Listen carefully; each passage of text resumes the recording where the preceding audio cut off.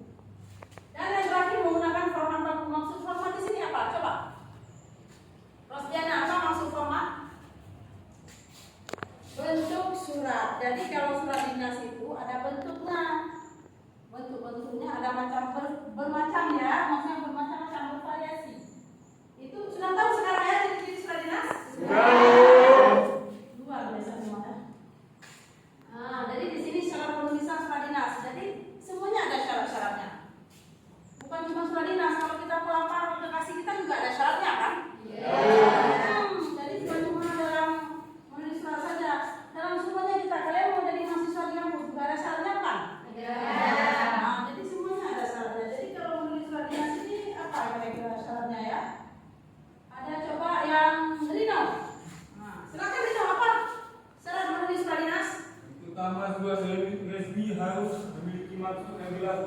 Nah, kedua apa itu? Surat resmi harus memiliki bahasa yang tegas. 3. Surat resmi harus disusun dengan singkat. 4. Surat resmi harus memuat informasi yang lengkap. 5. Surat resmi harus menggunakan komunikasi yang sopan dan simpatik. 6. Surat resmi harus memiliki format yang wajar dan menarik. Ada pertanyaan dari syarat penulisan surat? Ada yang ingin kalian tanyakan? Silakan. Mengenai syarat penulisan surat, silakan.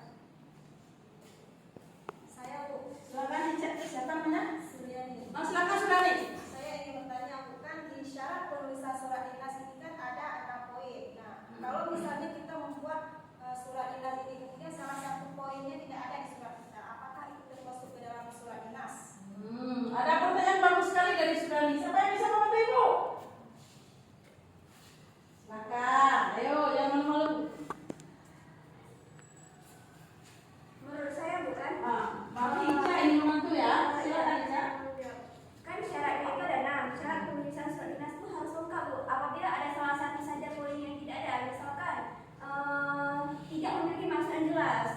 Nah, bagaimana nanti surat itu akan sampai ke sana dan akan dipahami oleh pihak yang lain Bu. Jadi harus memiliki syarat yang lengkap.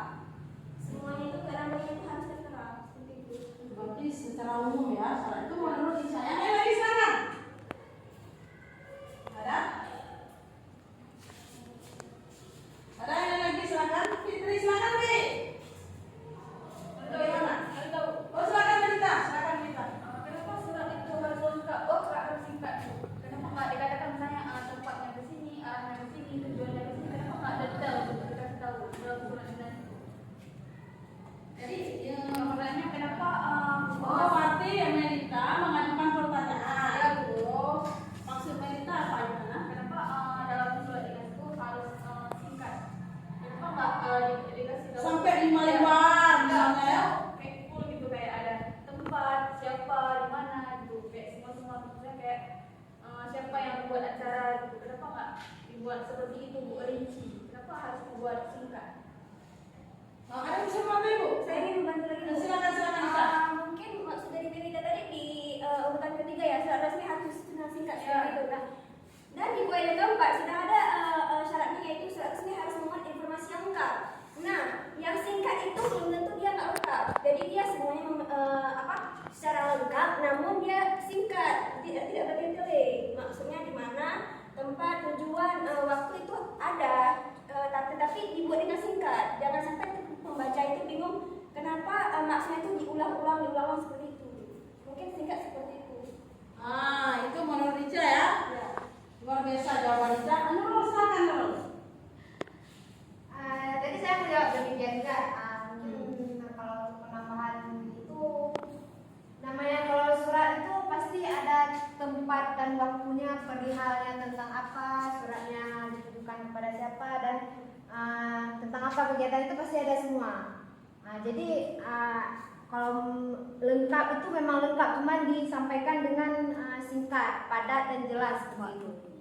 Jadi nggak bertele-tele seperti yang disampaikan di tadi. Mungkin itu saya jawab. Berarti sudah ada jawabannya Melita sekarang ya. Jadi sudah terjawab dari teman-teman kita tadi, katanya singkat bukan berarti tidak jelas.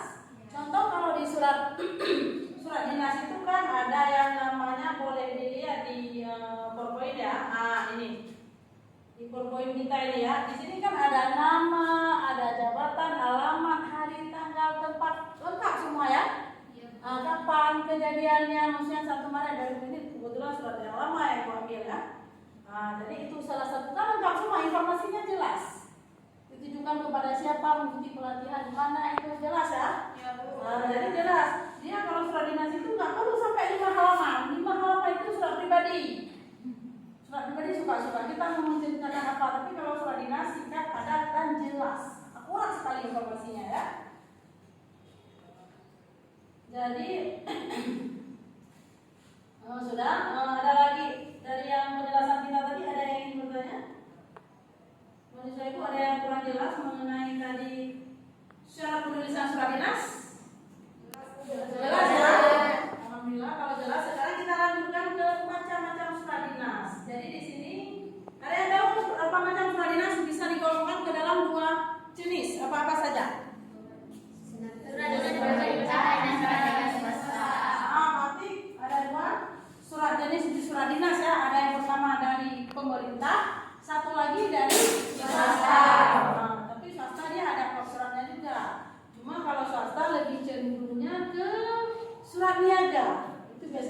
penawaran itu kan dari perusahaan ya, bukan dari pemerintahan, tapi sama juga dia ada kepala surat. Jelas ya, dua jenis ya. Pemerintah dan yang kedua swasta. Sekarang kita lihat, di sini. Di sini kebetulan Ibu di sini karena waktu kita yang singkat, jadi Ibu cuma mau mengambil 2 contoh saja.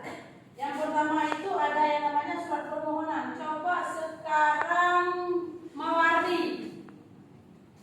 Coba Mawardi, apa itu surat permohonan Mawardi?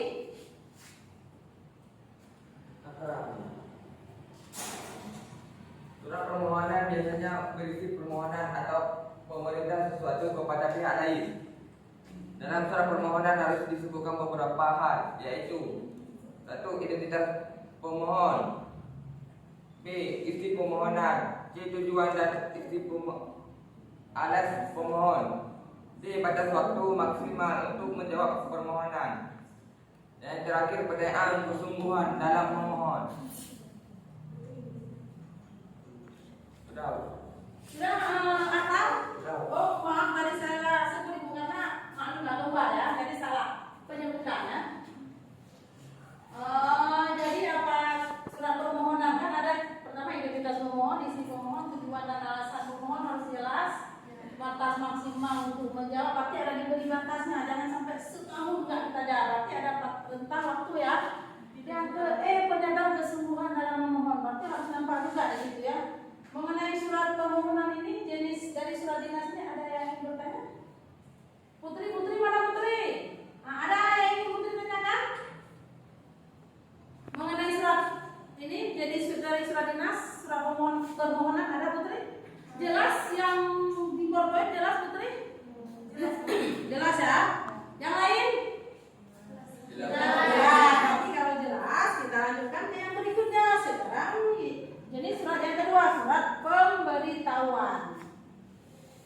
Coba surat pemberitahuan itu surat yang bagaimana? Sekarang nggak Ibu sebutkan nama, Ibu sebutkan ini saja yang baju biru.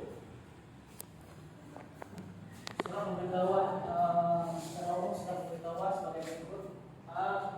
Bagian pembuka berisi masalah surat, B. Bagian berisi rincian, uraian, keterangan atau penjelasan dari masalah pokok yang akan dibicarakan. C. Bagian penutup berisi harapan agar pihak yang dituju memaklumi hal yang disampaikan.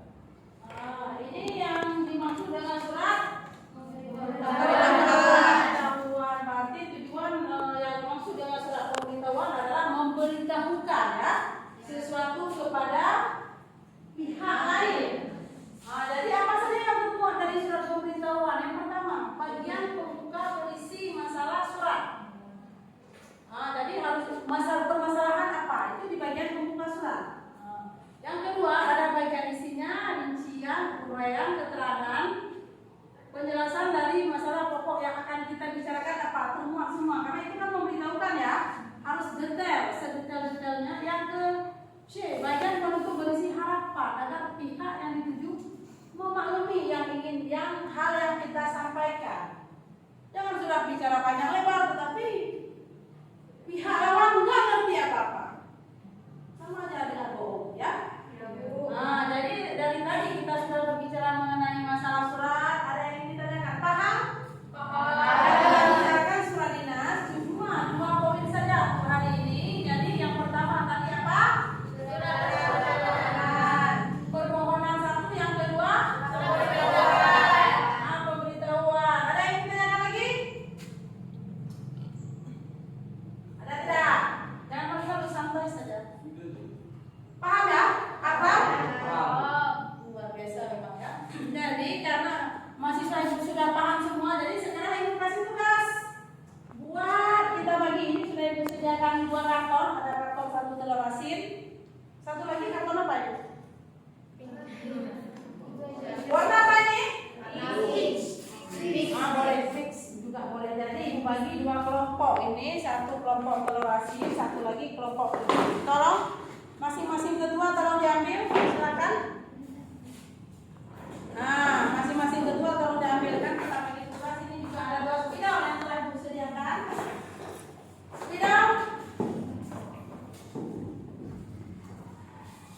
Jadi kita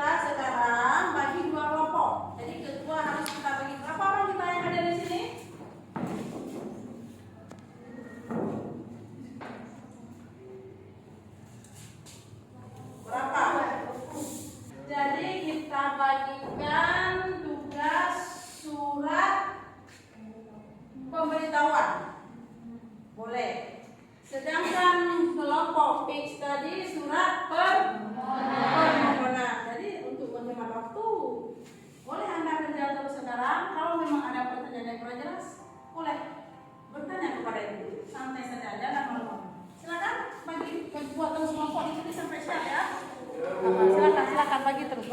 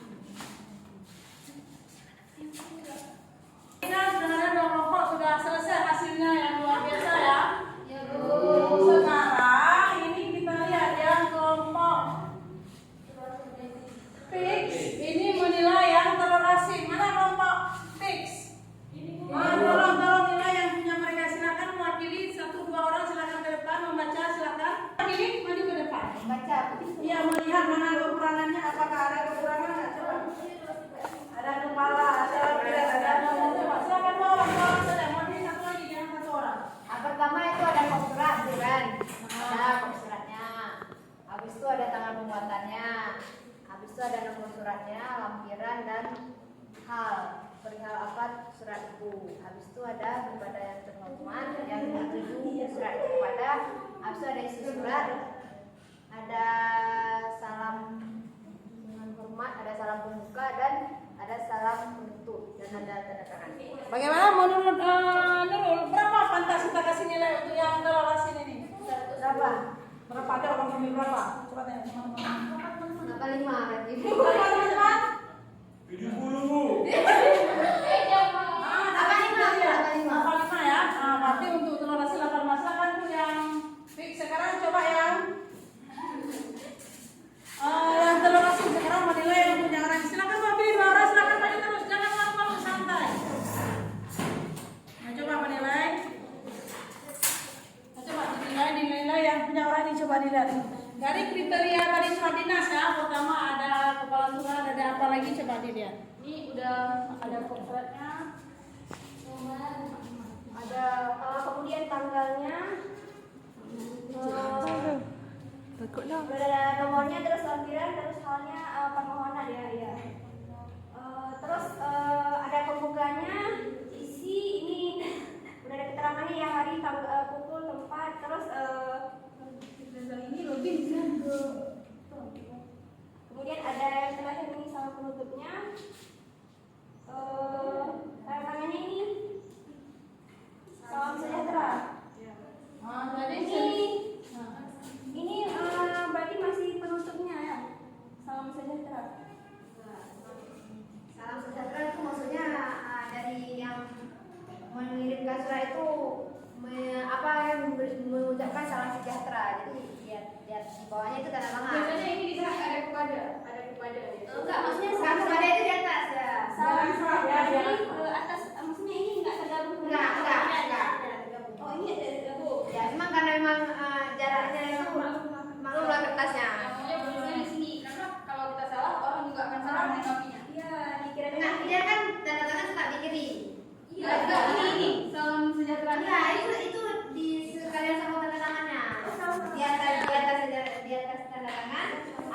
di atas itu kan salam sejahtera, harus ada tangan habis itu baru namanya. Enggak, kalau bisa diberi spasi karena kan nanti kalau bisa nanti kalau orang menanggapi, kalau orang belum bisa, ini bisa dikatakan nama orang, salam sejahtera nama orang. Kan bisa. Nah, jadi kasusnya karena kami kan kertasnya kertasnya. Kamu tahu kertasnya kan sudah kertasnya. Tapi kami juga semua. Enggak, bukan orang kertas. Maksud saya jangan sejahtera dengan nama ini atau Memang di atas itu kak, karena memang di atas itu, makanya memang sejajar. Memang sejajar. Kalau kita lihat, bisa saja ya kan. Coba yang dari toleransi menilai yang punya visi ini berapa? berapa ya kamu? Teman-teman berapa? 70. Berapa? Coba. Berapa? 80. Ini pertanyaan terakhir yang namanya pakainya mau di sini, ketua panitia mau Iya. di bawah. Jadi berapa? Coba. Berapa nilainya? 80. Berarti yang tadi beda-beda tipis ya. Tadi intinya semuanya coba yang hal-hal yang harus ada dalam surat dinas ada semua ya, memenuhi kriteria semua ya. Cuma yang ini surat permohonan, yang ini surat pemberitahuan. Silakan dulu yang surat permohonan ya. Silakan dulu, terima kasih.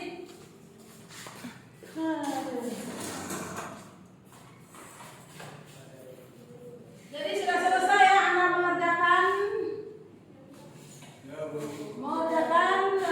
surat dinas yang kita kerjakan tadi, surat permohonan 1, surat pemberitahuan 1. Sampai di sini ada yang kurang jelas atau ada yang ingin ditanyakan? Ya, itu tadi salam sejahtera tuh Bu. Biasanya kan kalau buat kami juga ada surat permohonan. Biasanya buat di SD atau SMP dulu. Kami SD nggak ada SMP siapa? Kami buatnya ada spasinya Bu, tidak sesuai dengan nama atau pangkat orang tersebut gitu Bu. Nah, ini kalau menurut saya Melita, ini situasi dan kondisinya karena kalau makanya ada ini karena terkendala di kertas sudah habis. Nah, jadi sebenarnya ini memang agak jauh seharusnya ya. Nah, orang ini tadi kan yang mengatakan memang jauh, cuma kami kertas kami sudah habis. Jadi lagi itu kan habis. Nah, jadi seperti itu ya. Ini kami lampirkan. Enggak, kalau kami ya, kalau tapi nggak tahu juga kan ibu ini. Maksudnya kalau kami lebih ke tengah ya, tidak sesuai. Walaupun kertasnya ini ya, kami lebih ke sini. Jadi kan Mohon maaf ya, itu kan maksudnya masalah penempatan kan. Penempatan jadi itu terserah. kalau saya ibu, kalau saya di SMP ibu mau itu kertasnya kecil, kertasnya besar, memang tidak sejajar. Kalau saya dulu Bu. Jadi maksud kamu larinya ke sini ya? Ya Bu, kesini lagi ya, karena tidak jangan sesuaikan dengan pangkat atau nama tersebut. Karena mau saya ngomong dulu ya. Bu, gini Bu, kami ini ingin membela kan. Dulu, nanti lah. Ada orang yang potong karena itu kan salah. Itu kan salah. Kalau ini kan Fitri ini nama orang, kalau itu ketua panitia pangkat dia. Ya, jangan sejajarkan dengan salah itu. Karena kalau saya yang dari dulu buat surat tuh ke sini, lebih ke tidak menempel namanya. Walaupun kertasnya kecil, silahkan. Ini mohon maaf Kak sebelumnya ya.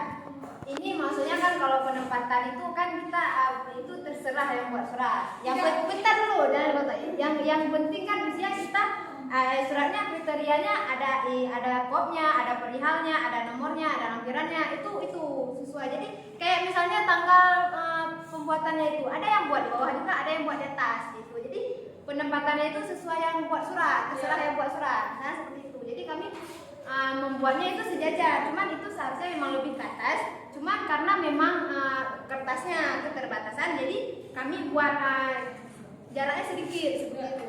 Dalam sejarah memang boleh buat tanggal ini mau di atas mau di bawah karena memang ada. Tapi kalau salah itu tidak boleh, setahu saya tidak boleh menyamakan dengan pangkat atau nama seseorang. Setahu saya karena itu beda. Oke, coba kita luruskan ya. Ini salam sejahtera termasuk kemana ya? Apakah termasuk ke penutup surat? Sama tidak? Enggak sama. Jadi menurut si Melita tadi seharusnya salam sejahtera ke sini. Enggak, ke sini lagi tidak sejajar dengan nama.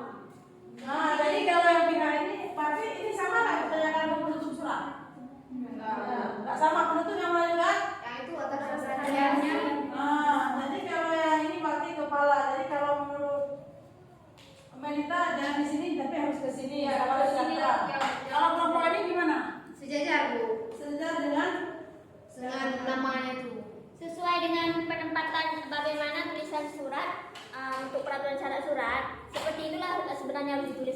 tepel tangan ya Bu. Seperti ini ya, sebenarnya. Ya. Jadi sebenarnya seperti ini. Kalau yang seharusnya ini saya rasa lebih ke yang fix. Jadi berita benar di SMP itu bukan kita bilang ya. Ya Bu. Jadi sebenarnya ini lebih ke yang kelompok ini kalau menurut Ibu. Nah, jadi cocok ke ini.